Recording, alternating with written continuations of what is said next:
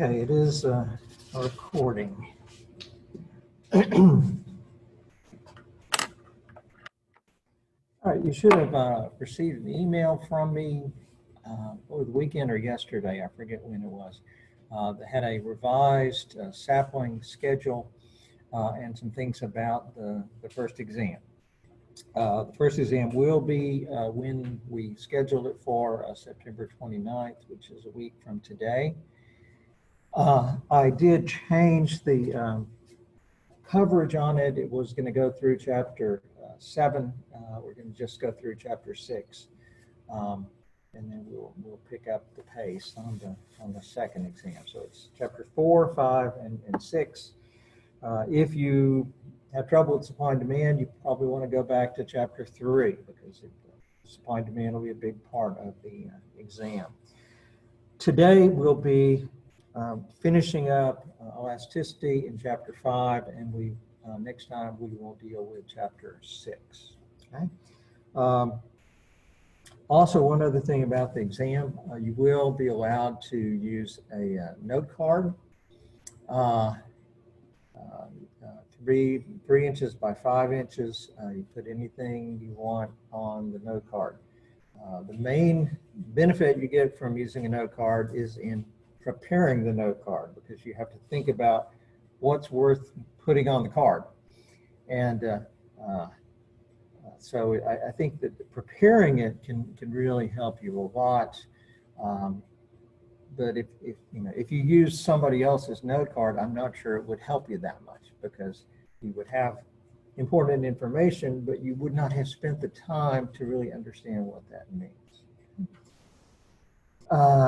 Let's see. Also, on the day of the exam, a week from today, there will be more people here, because I have students in another class that some of them are going to take it because there's excess room in this classroom, so some of them will be taking it with you. So don't think you're in the wrong place if you see people that you don't recognize, because they will be coming next Tuesday. Any questions? All right. Oh, and the sapling exercises for chapter 7, those are not due until the closing date will be the day for exam 2. So you have more time to do those. Should also say that I revised my strategy for the sapling due dates. I had said every Friday at 7 o'clock things were due. I decided rather than doing that, I would just take the total number of activities you have to do, divide by the number of days you have to do it, and just spread everything out evenly. So now you have due dates throughout the week, but those are just to help you in pacing yourself so you don't get behind. And then on a Saturday evening, I will look at how you're doing. And as long as you're making pretty good progress, then you're okay. You can keep working until the day of the exam. If I see that you're not progressing, you're not doing anything, then you can be marked down on your grade. But as long as you're making progress, then that's what counts. All right. Back to chapter 5.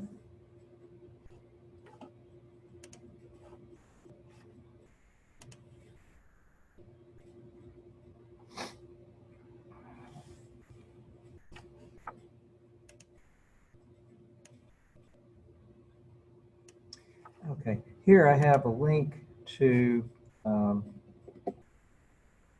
the micro resources page that I mentioned to you earlier. Actually, let me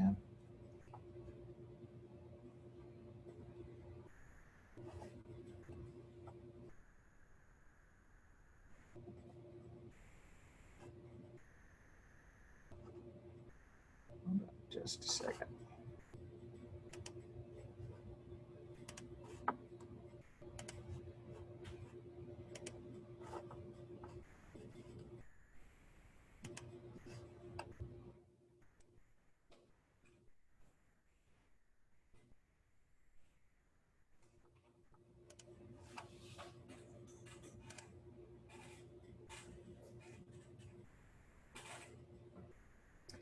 Okay, this is the Google Docs page that has some resources that I think will be helpful to you.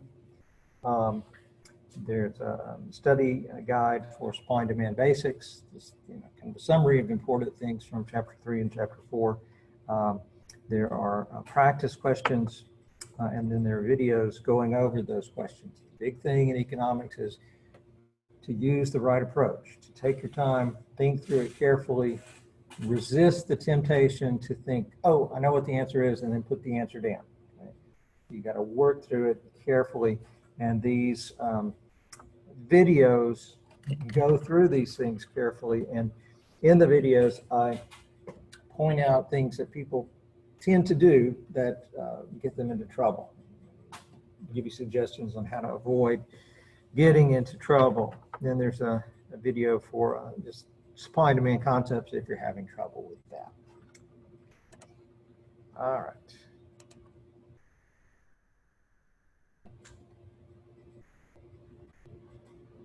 Zoom is going really slowly today, so every time I change screens, it hesitates.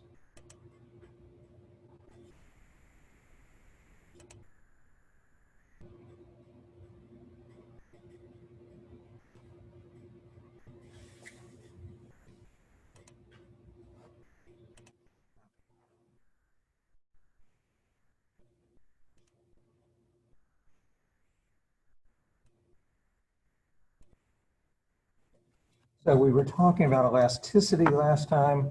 Elasticity is a measure of what, in a word?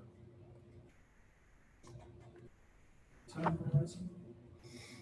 Time horizon is relevant, but that's not the key idea. Elasticity is a measure of sensitivity. How sensitive is somebody to a change in something? If we're talking about the price elasticity of demand, as we were last time, price elasticity of demand is a measure of how sensitive consumers are to a change in the price of the product. And we said that if demand is highly elastic, that means consumers are highly sensitive to a change in the price of the product. If demand is inelastic, that means they're not very sensitive. They don't notice, they don't change their behavior very much when the price changes. We said a number of things. One, if I give you two different demand curves, let's say this is consumer 1 and consumer 2, at a price of $10.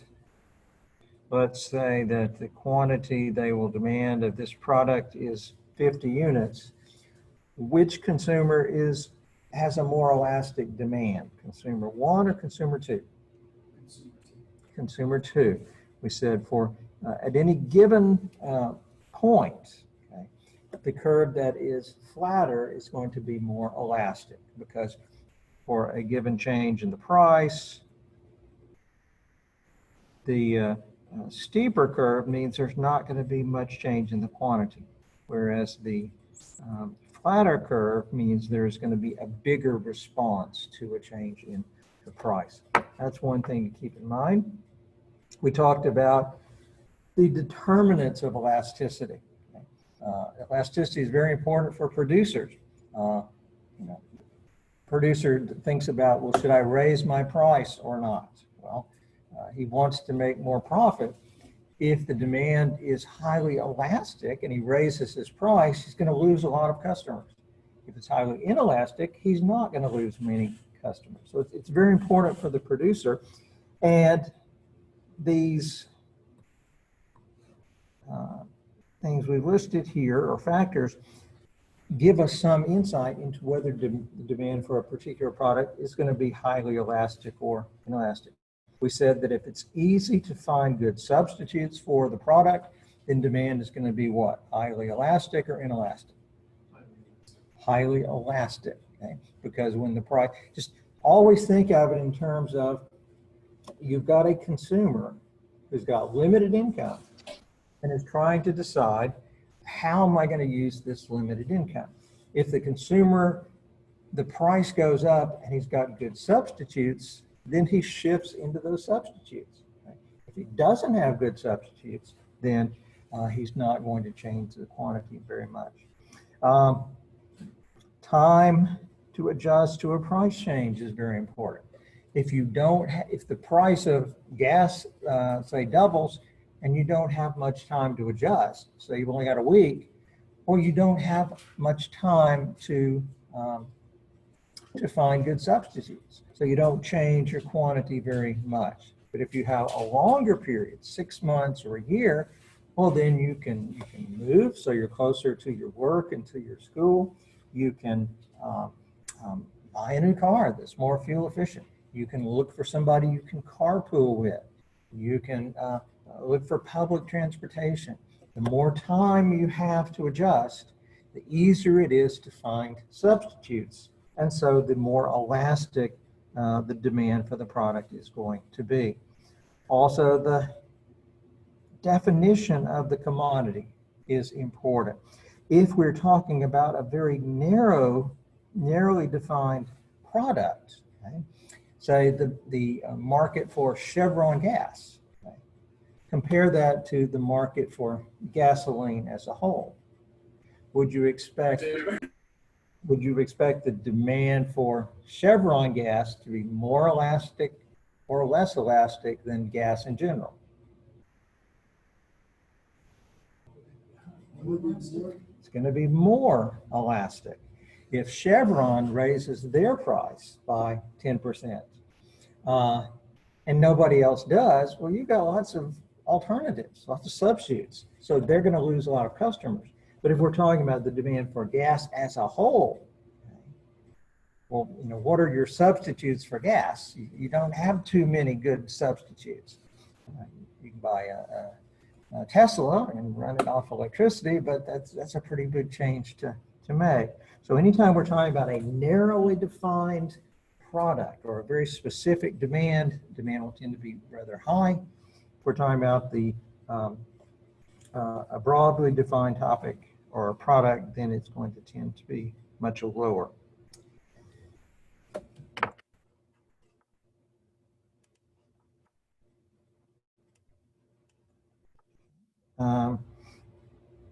Necessities versus luxuries, that's not a distinction I will talk a lot about, but something that is a necessity, something you have to have some amount of it, you know, water. Okay? Well, if it's a necessity, then the price is going to be less significant than if it is a luxury, something you don't have to have. Think about the demand for water versus the demand for wine. Okay? Well, you don't have to have wine. You do have to have some amount of water. Okay? So because water is a necessity, in that sense, the elasticity of demand for water will tend to be relatively low. The elasticity of demand for something like wine, which you definitely don't have to have, is going to be much greater. Price is going to have a much bigger effect. Yeah. When it comes to like luxury versus necessity, I think I'm getting it confused when somebody mentioned water versus diamond.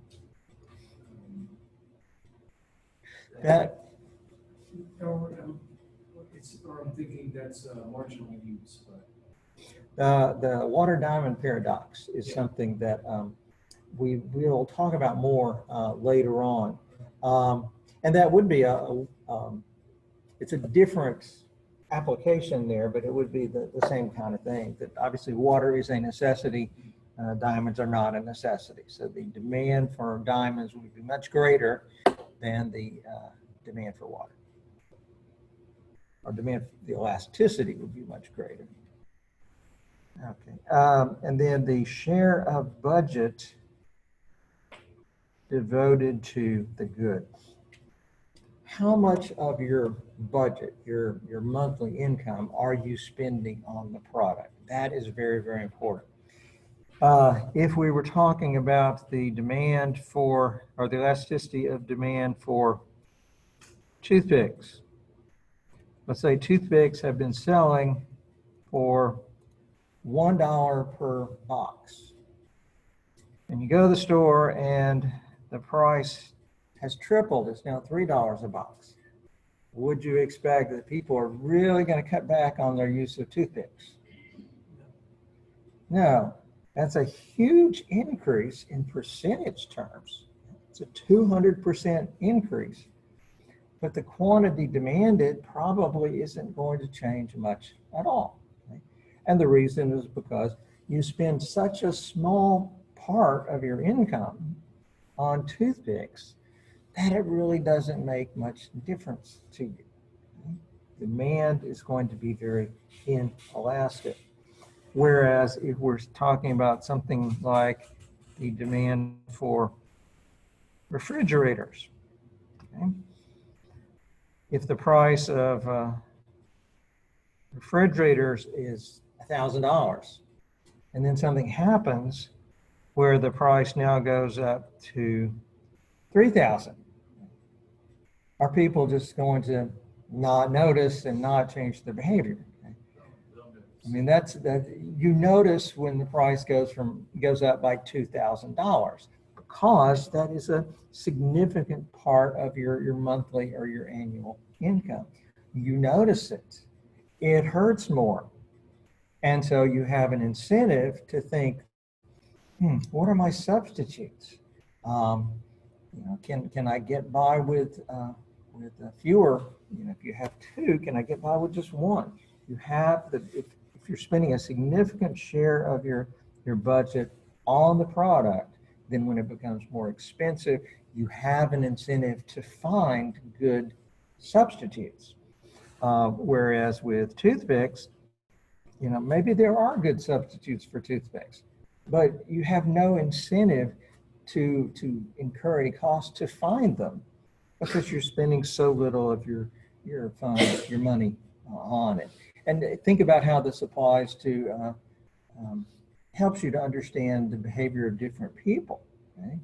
For us, price of toothpicks goes up, we don't notice. Think about Bill Gates. Right? For him, the price of a car doubles.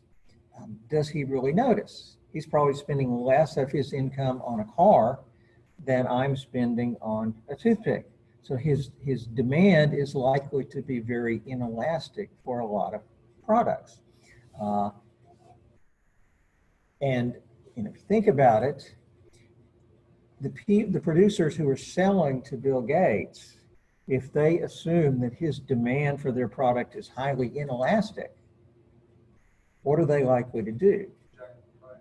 They say, I can raise the price and he's not even going to notice. I'll make a lot of profit. Okay? So that's one reason people go to,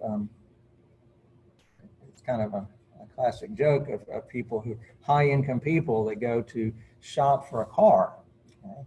Well, the car dealer assumes that if you have high income, you're going to be less elastic, more inelastic, and you'll be willing to pay more. So sometimes people with high incomes will they take off their Rolex, they put on their old clothes, they try to look like, they don't go to the store, to the car dealer in their BMW.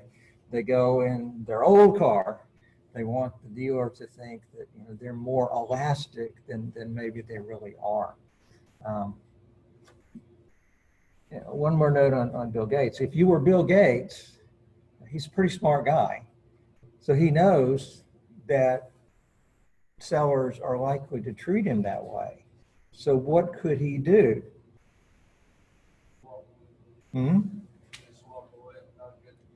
He could walk away, but it's not really in his interest to walk away. So what he, Send somebody else to buy it. Exactly. Answer was send somebody else to buy it. He knows that if he goes in to buy something, the seller is thinking, this is great, I can charge him a fortune and he'll pay it. So it makes sense for him to pay somebody else to go and buy it for him. Okay? If he does that, then they may not even know that it is Bill Gates who's the real buyer, but also he can hire somebody who he tells them, it's your job to give me a good deal. And so they can stand there, they can haggle, they can have a more elastic demand than he does. So that's one way that a wealthy person could get around that problem. All right. Calculating the elasticity of demand. I put this up last time, but we just barely got into it. We talked about what elasticity is. It's a measure of sensitivity. But here we see exactly how it's calculated. And while it is very important to have the intuition and understand what it's representing, it is extremely important to know the technical part of it as well. Okay? Notice that definition. The elasticity of demand is the percentage. Okay? We're measuring percentages. Notice you've got a percentage in the numerator and in the denominator. Okay? And notice that since you do have a numerator and the denominator, it is a ratio. Okay? Elasticity is a ratio. It's a ratio of percentage changes. Okay? You've got a percent change. Delta means change, the triangle. It's a ratio of percentage change to percentage change. Okay? And notice in the numerator, it is a change in the quantity demanded. The denominator, it is a percentage change in the price of the product. Okay? So both the numerator and denominator, they look very similar, percentage change, but the numerator is looking at by how much have the consumers changed their purchases, and the denominator is by how much the price has changed. And remember, it is the quantity demanded, the change in quantity demand. Why are they changing the quantity they demand?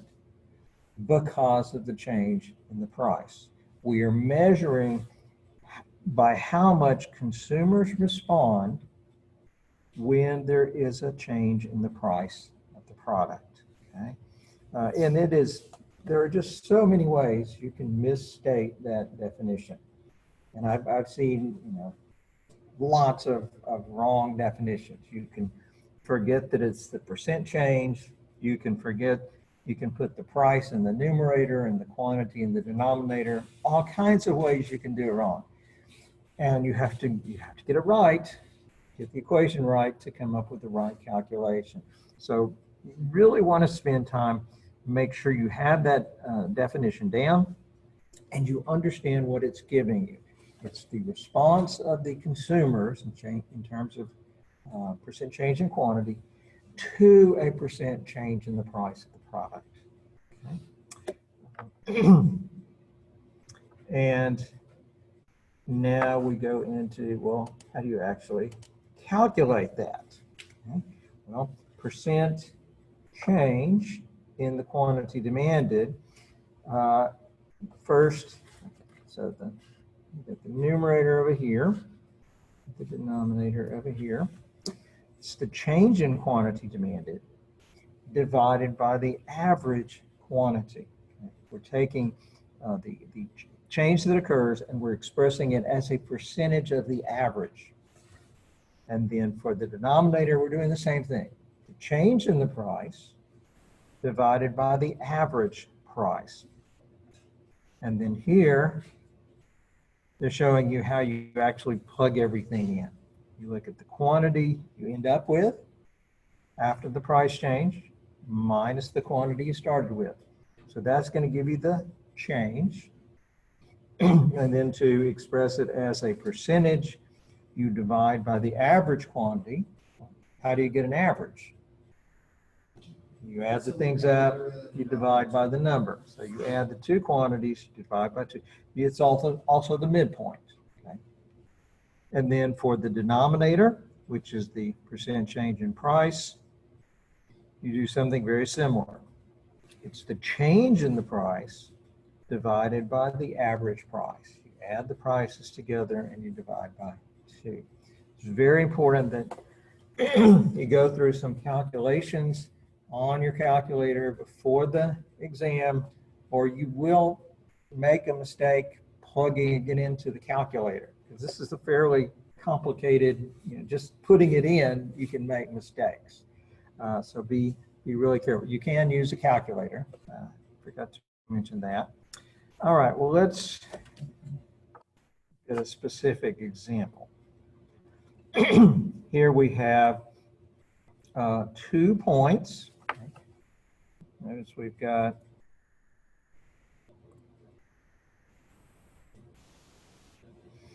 price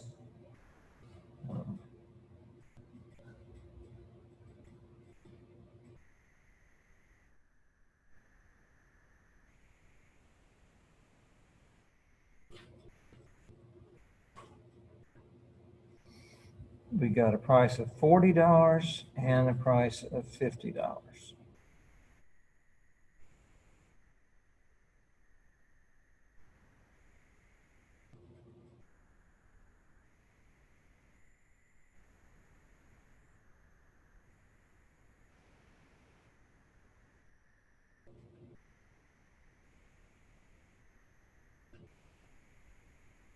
So these numbers that we're using for the calculation, they're coming from the demand curve.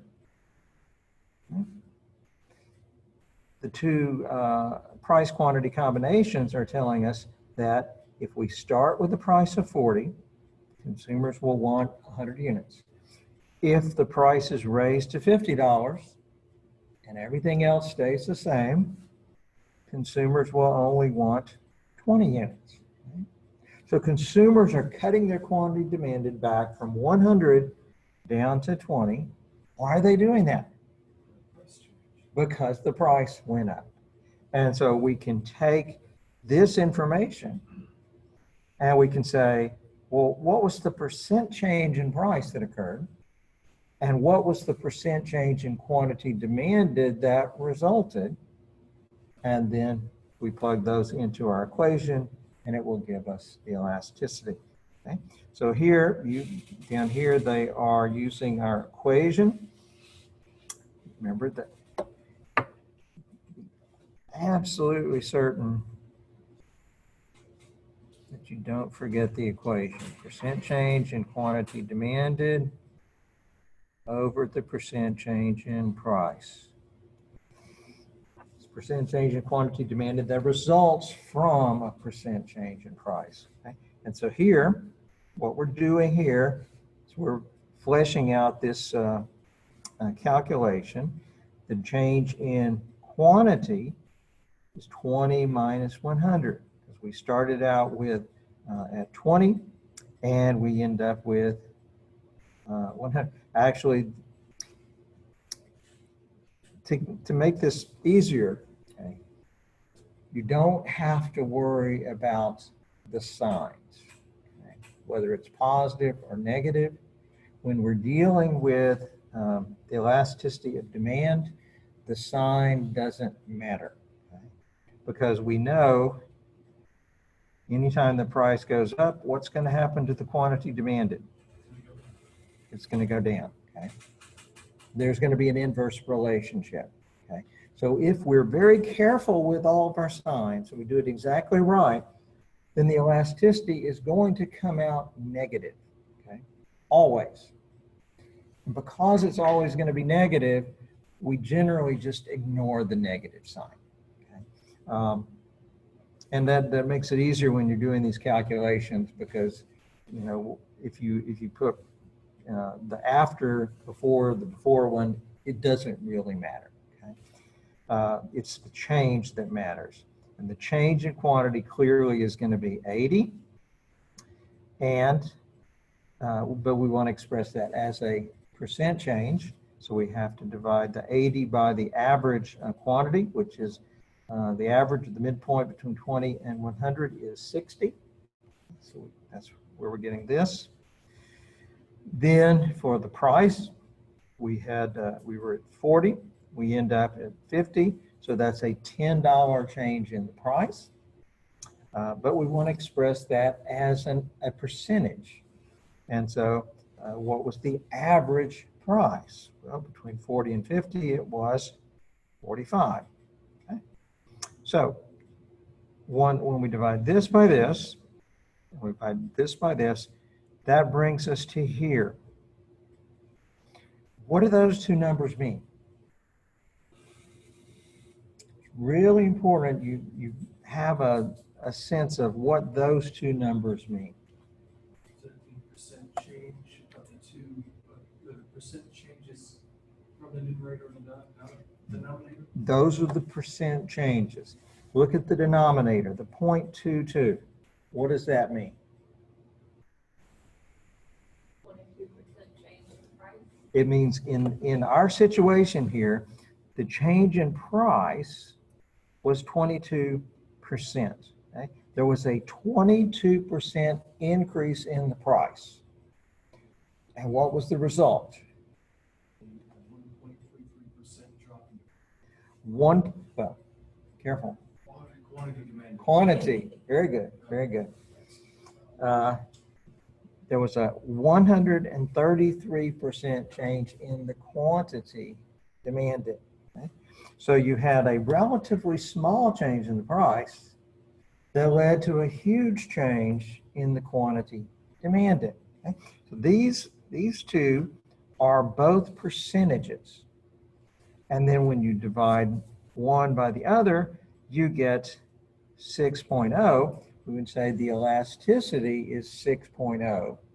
So would you say that these consumers are elastic or inelastic? It's a whole lot greater. We would say anything above 1 would be elastic demand. 6 is extremely elastic demand. The consumers have plenty of options for whatever the product is. Yeah, if you're trying to figure out, well, why would demand be so elastic? Okay?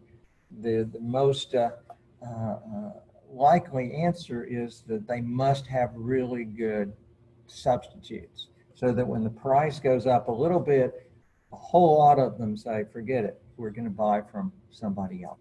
Okay? We could look at this and we could say that elasticity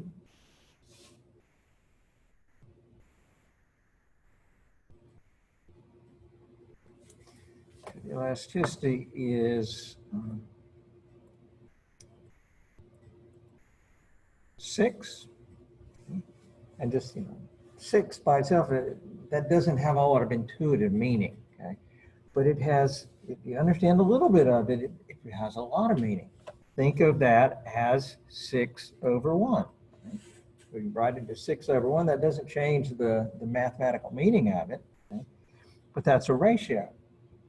And what is elasticity? It is the percent change in quantity demanded over the percent change in the price of the product. So if you know the elasticity is 6, you can say what that really means is for every 1% change in the price of the product, what's going to happen to the quantity demanded? It's going to change by 6%. Okay? So consumers are extremely sensitive to a change in the price. If a producer is saying, well, I think I'm going to raise my price, and the elasticity is 6, you'd have to point out, well, if you raise your price, you'll get a little bit more per unit, but you're going to sell a whole lot fewer units. So this is probably not going to be a very good idea.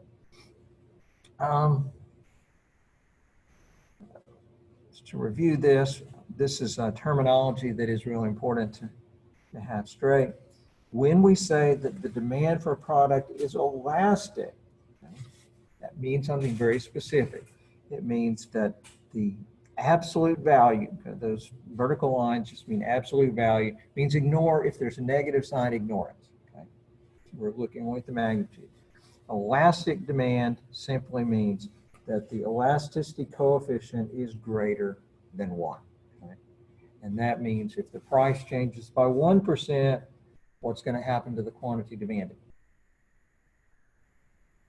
If it's elastic. going to change by more than 1%. If we know that demand is inelastic, that means the opposite. Elasticity is less than, a coefficient is less than 1. So that means if the price goes up by 1%, quantity demanded is going to change by less than 1%. And if we say demand is unit elastic, then it's the in-between case. Price goes up by 1%, quantity goes down by 1%. Okay? Now, one of the things, the reasons why this is useful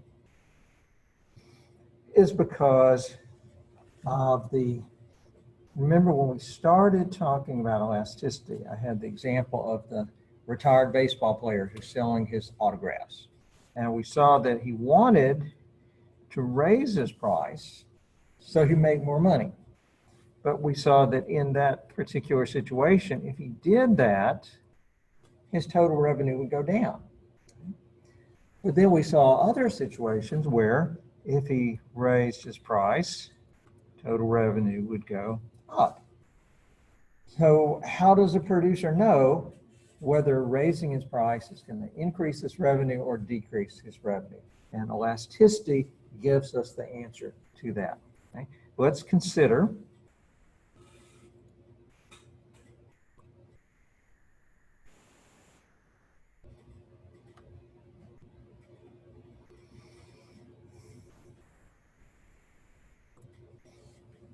let's assume we're looking at a product where the elasticity band is greater than 1. So we would say it's elastic.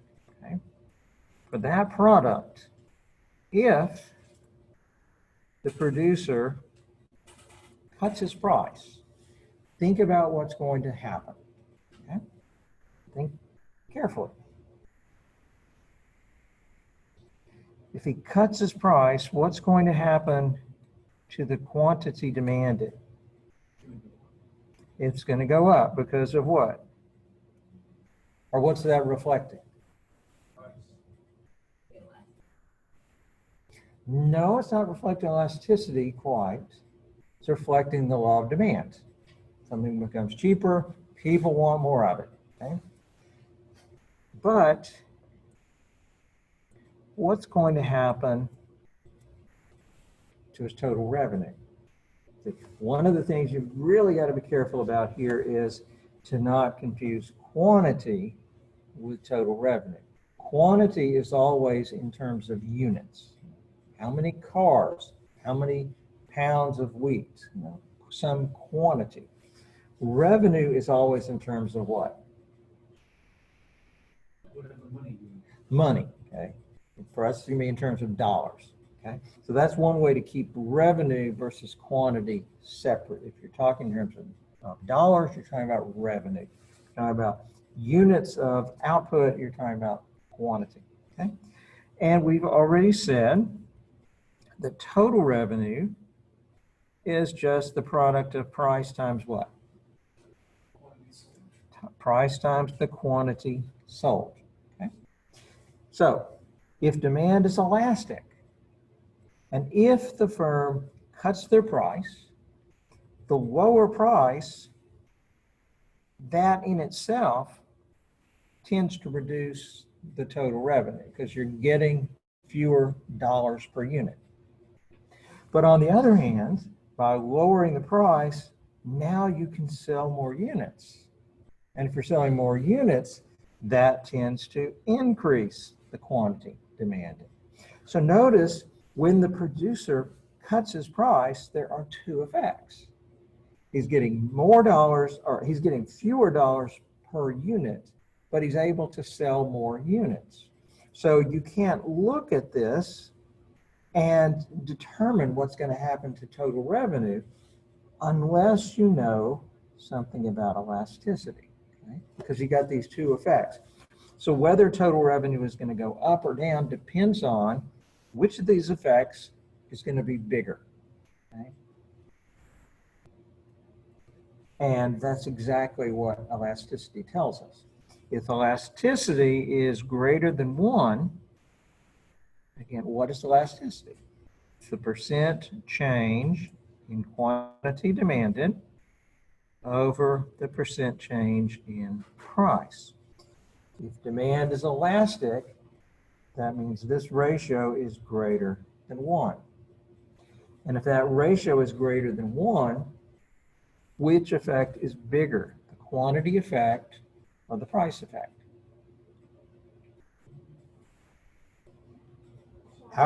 The quantity, for that ratio to be greater than 1 requires that the numerator be bigger than the denominator. So we're saying if demand is elastic, then the quantity effect is going to dominate the price effect. So we come back over here and we say, when the firm lowers its price, there is going to be two effects, but which one is going to dominate? The quantity effect is going to dominate. So our conclusion is that if demand is elastic, then a decrease in the price leads to an increase in the total revenue. Okay? You've got effects going on in both directions here. Total revenue is being pushed down because of the lower price, but pushed up because of the greater quantity. But the quantity effect is going to be bigger, and that's why total revenue is going to go up. So our conclusion is, and it's a really important conclusion, probably a number of questions on the exam you can get right just from remembering this one thing. If demand is elastic, price and total revenue move in opposite directions. Demand is elastic, then if the firm cuts his price, he's going to bring in more revenue than he would otherwise have received. Okay? They move in opposite directions. Now, to reinforce that, what we've just explained, consider the other situation. What if demand is inelastic? Okay. Let's go through the same thing. If the firm lowers its price and demand is inelastic, what's going to happen to the quantity demanded? It's going to what? Increase. It's going to increase. Here's, people get confused here. They think, but it's inelastic. Yes. Inelastic means consumers don't respond by much. Doesn't mean they don't respond at all. Okay? The law of demand says when the price goes down, quantity demanded will go up. Okay? But to figure out what's going to happen to total revenue, we have to do the same thing as before. We say, well, revenue is price times the quantity. And here the firm is cutting its price. So this effect is tending to lower revenue. Okay? If that were the only thing that happened, then revenue would go down. But because the price is lower, the firm will sell more. So quantity is going up. They're going to sell more units, but they're going to get fewer dollars per unit. So revenue is being pushed in both directions. Which way is revenue going to go? Depends on which effect is bigger. And so we again say, well, what is elasticity? It's percent change in quantity demanded over the percent change in price. And in this case, we're assuming that demand is inelastic, which means that elasticity coefficient is less than 1. How can a ratio be less than 1? What does that tell you about the size of the numerator versus the denominator?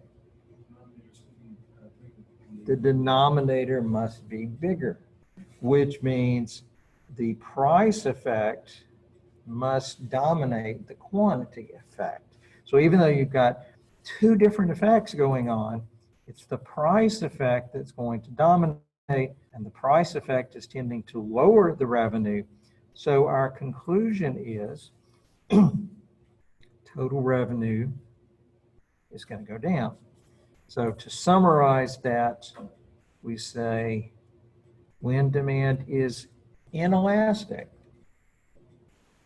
then if price goes down, total revenue goes down. And think about what that means. It means price and total revenue move in the same direction. So if demand is inelastic, firm raises its price, what happens to its revenue? It's going to go up.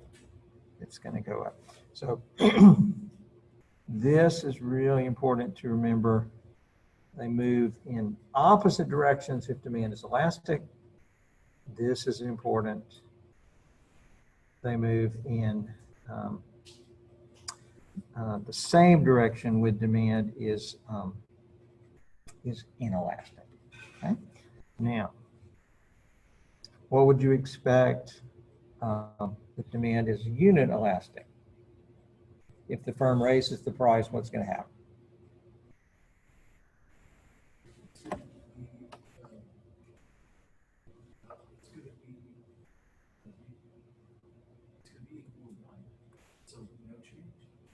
No change. Okay. If the elasticity coefficient is 1, then that means the percent change in quantity demanded over the percent change in price is equal to 1, which means the quantity effect and the price effect are the same. So you raise your price, you get a little bit more per unit, you sell a few less units, so it balances out. Okay. And remember what we said earlier about what happens to elasticity as you move along the linear demand curve. Remember we said that if you identify the midpoint, the elasticity there is equal to what? It's equal to 1. Higher up, demand elasticity is greater than 1, so it's elastic. Further down, it is going to be inelastic. It's going to be less than 1. Okay? That's a useful graph to remember because it summarizes a lot of different things. What if you were advising somebody and a producer, and this producer tells you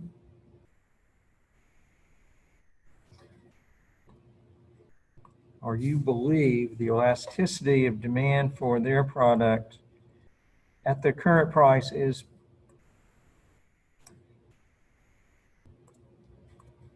0.7. And they're thinking, just like the retired baseball player, should I raise my price, lower my price? Maybe they heard the baseball player example and they said, maybe I should lower my price. Would that make sense if elasticity is 0.7? No. What kind of what word do we use to describe this? Demand is inelastic. And if demand is inelastic, price and total revenue do what? Move together or in opposite direction? Move in the same direction.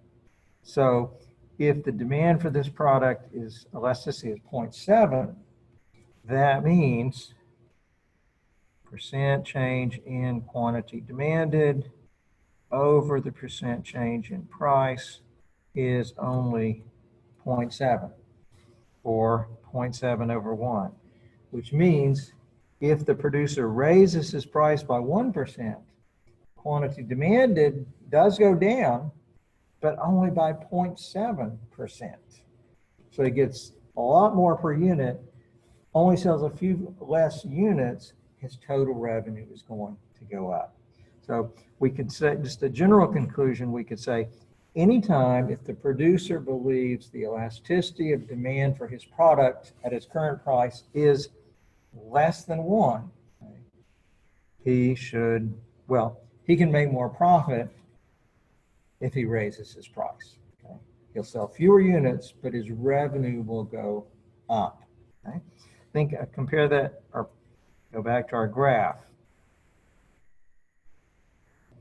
So somewhere in here is where it is 1. If it's currently 0.7, that would mean he's somewhere down here. So we just said he should raise his price. He will sell fewer units, but he'll get more revenue. How far should he take that? 0.3%. To get up to 1.4%.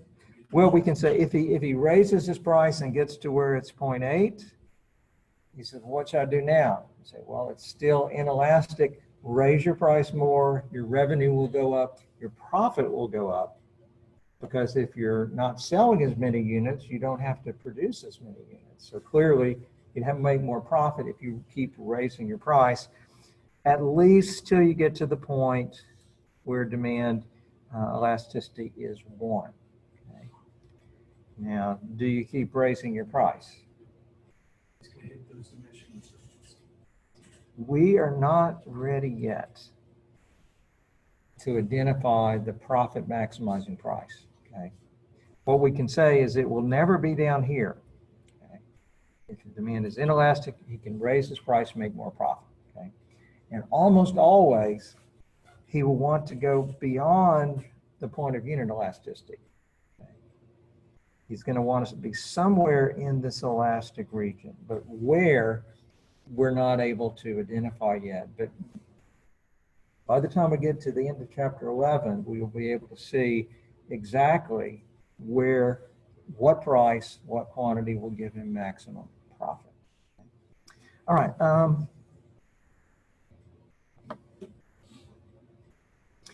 I think this is in your book. I think it's a useful graph to look at.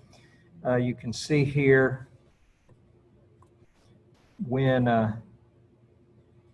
for both markets, if they start out at a price of $40 and they raise the price to $50 with the inelastic demand, by raising the price, they're getting more per unit, and this blue area shows the extra revenue they're going to get, the gain in revenue. Okay? The red area shows the loss in revenue because they're selling fewer units. You can see that the blue area is greater than the red. So because demand is inelastic, they're gaining more revenue than they're losing when they raise the price. Whereas same price difference in the elastic region or elastic situation, if they raise the price from 40 to 50, they are gaining revenue because they're getting more per unit sold, but they're losing a whole lot of sales. And so all of this area would be the revenue they're losing because they're selling fewer units. They're getting more revenue from the units they are selling, but they're not selling as many. You can see that for a price increase, the loss of revenue is going to be greater than the gain. So when they raise the price, if it's elastic, what happens to total revenue? It's going to go down. Okay? So that's just another way to see what's going on here. Okay. A few other things to point out. What is the greatest elasticity you could have mathematically? Is there, what's the limit? It's percent change in quantity demanded over the percent change in price. Okay. The more sensitive consumers are to the price change, the greater the elasticity is going to be. So there really is no limit to how high it could be. We said if it's above 1, we're going to say it's elastic. If it were 5, we'd say it's really elastic. If it were 100, we would, I don't how we would describe it, be even more elastic. It could be a million. That would mean a 1% change in price causes a 1,000,000% change in the quantity demanded. Okay? There is no maximum elasticity. Okay? If demand elasticity is extremely high, what does that tell you about the shape of the demand curve? It's gonna be flat or steep? It's going to be, which one? Steep. Flat. It's going to be flat. Remember we said if we have two curves, the one that's at any given point, the one that's flatter is going to be more elastic. So if you had the extreme possibility would be where the curve is essentially horizontal. Okay? I may have mentioned this term before. This would be where demand is perfectly perfectly elastic. That means extreme sensitivity to a price change. For example, if you had a producer, he's selling, a wheat producer, he's selling his product.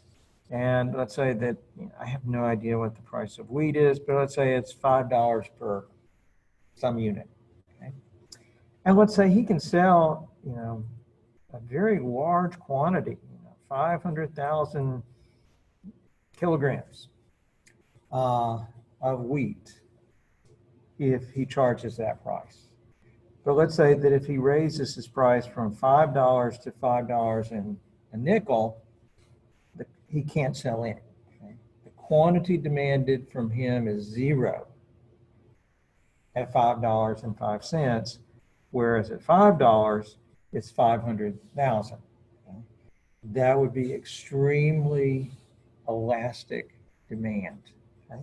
And it would mean you have a very, very flat, for practical purposes, it would look like it was completely flat. And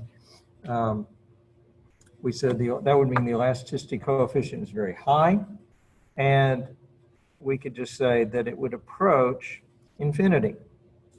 Okay? There is no highest possible elasticity. It can approach infinity. So the greater it is, the flatter the curve is going to be. Okay? And why would the demand for wheat from a particular farmer be so elastic? Because there are lots and lots of other wheat producers who are producing the same product he's producing, and if he raises his price, his customers say, I'll buy from somebody else. I don't have to buy from you. Okay? Think about the alternative.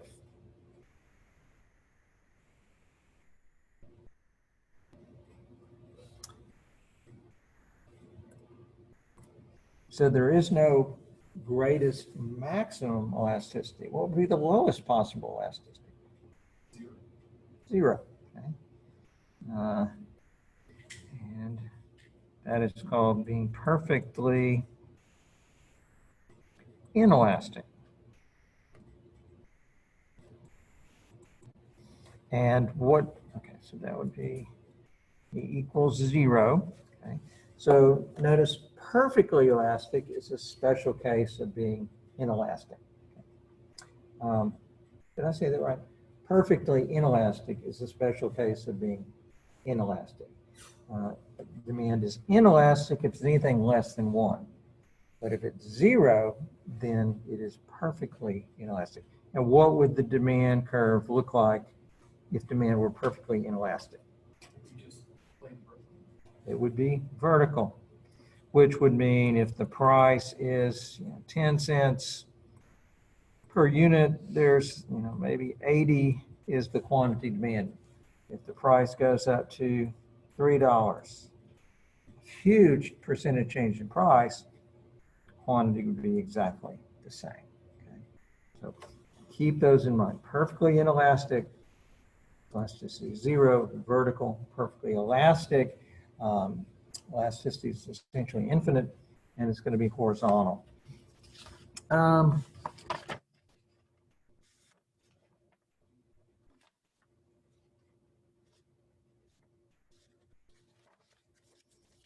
want to mention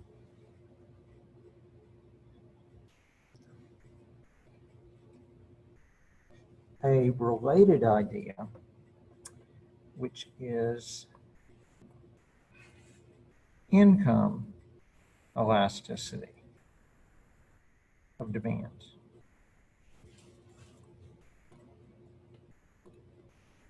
And if you understand everything we've been talking about so far is the price elasticity of demand. Income elasticity of demand, I'll just represent that with an E and then a subscript income. What would you think that might be? Price elasticity of demand is how sensitive consumers are to a change in the price of the product. So income elasticity, what might it be? Would it be flipped? How what? Would it be flipped? Price of quantity? No, wouldn't be flipped. In fact, for every elasticity, you're always going to have the same numerator, percent change in quantity. Okay? But for the income elasticity demand, it's going to be the percent change in quantity demanded over the percent change in income. Income elasticity of demand measures how sensitive are consumers to a change in their income. Okay? So it's just you're looking at consumers, but you're looking at a different variable, income versus price. We talked about normal goods and inferior goods. We talked about, so you need to know what those are. We said that ramen noodles, probably an inferior good. What would you expect the income elasticity of ramen noodles to be?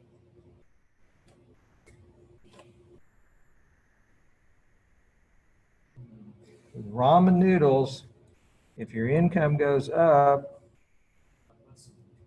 then the quantity you buy is going to go down, which means if you have a positive change in your income, the quantity demanded is going to go down. A positive change in income leads to a negative change in quantity demanded. Okay? If you divide a negative by a positive, what do you get?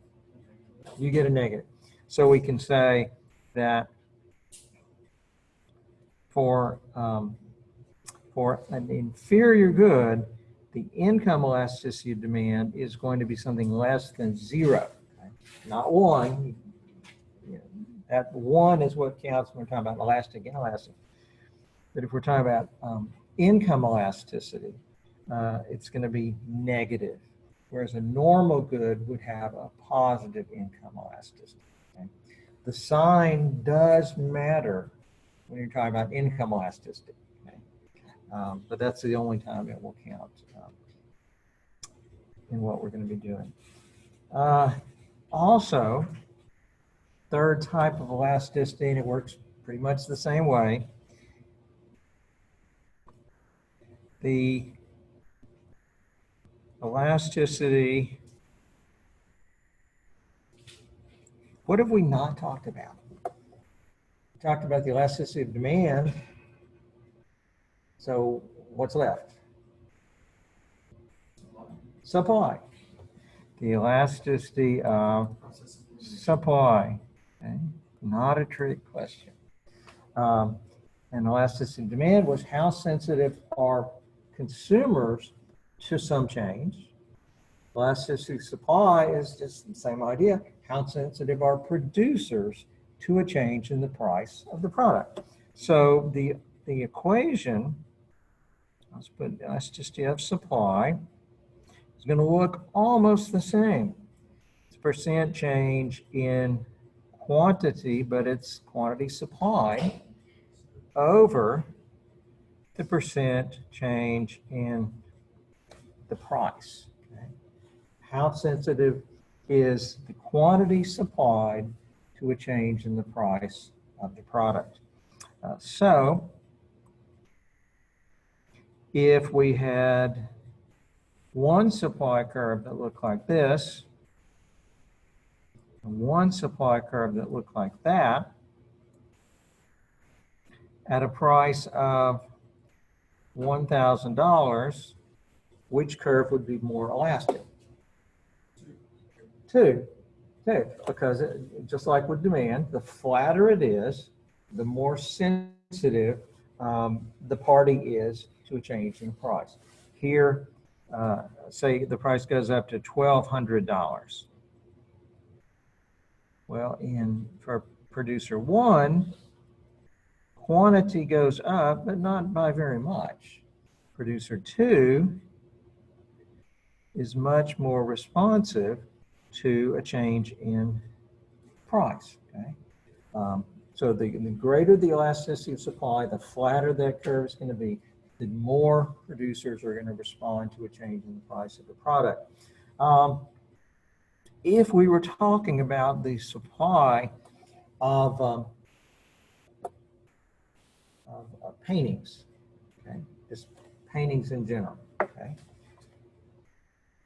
would you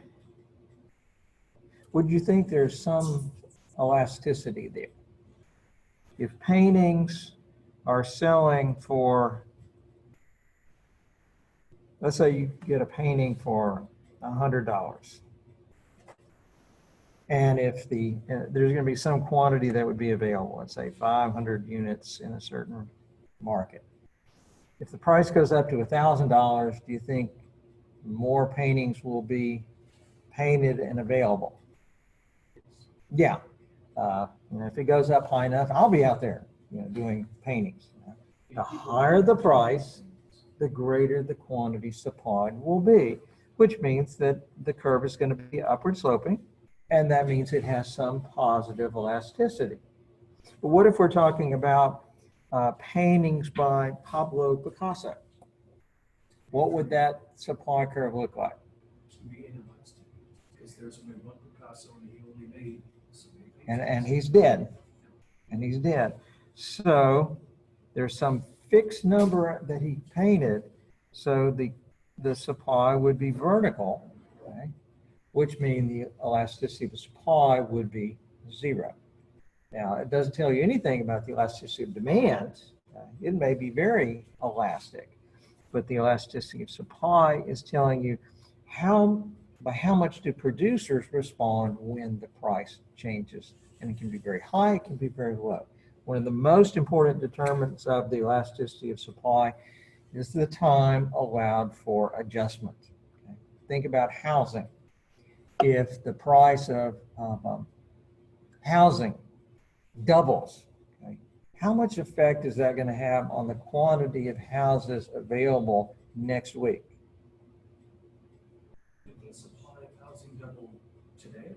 If it doubles today, Next week, there's still going to be that same amount of housing. you can't build a new house in a week. And so in the short run, the supply of housing would be very steep, perfectly inelastic.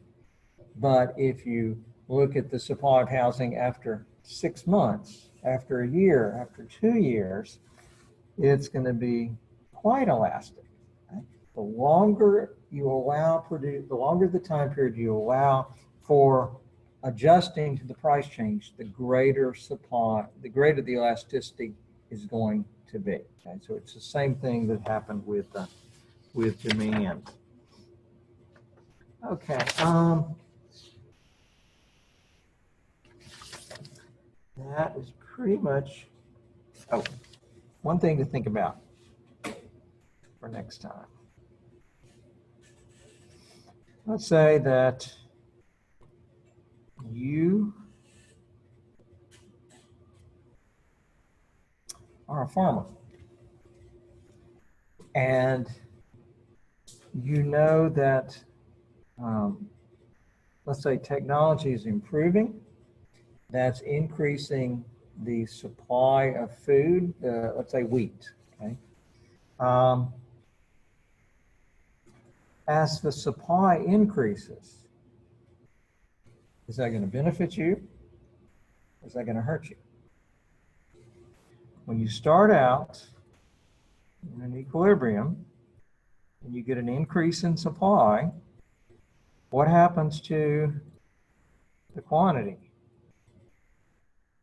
Quantity's going down. Or quantity demanded is going down. Oh, it's gone up.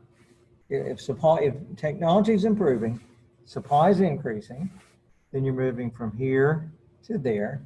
The quantity is going up. What's happening to the price? It's going down. Okay? So what's going to happen to the revenue farmers receive?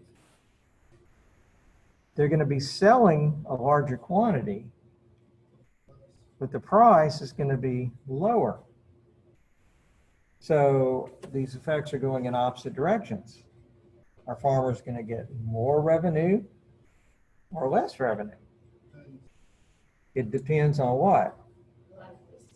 It depends on the elasticity of demand. Unfortunately for the farmers, the elasticity of food, demand for food tends to be rather low, which means the price effect is what has dominated. And so their revenues have, over the decades, have gone, as they're more productive, but their revenues plummet. And most of them have gone out of business over the last century. Okay? You could say they kind of put themselves out of business. They were doing a great job, but because of the elasticity of demand being so low, it actually hurt them. Whereas if you look at something like semiconductors, okay, where the cost of technology's improved, the cost of producing semiconductors has gone down, same kind of thing has happened. The price of semiconductors has gone down, but the demand is very high. And so now the producers are getting less per unit, but they're selling a whole lot more. And so their revenues have gone up. So you got one industry that has profited from this innovation, another industry that's been devastated by it. And the difference is the elasticity of demand. So it's an important factor affecting producers. All right, next time we will be covering chapter 6. And we will finish it because exam definitely will be a week from today.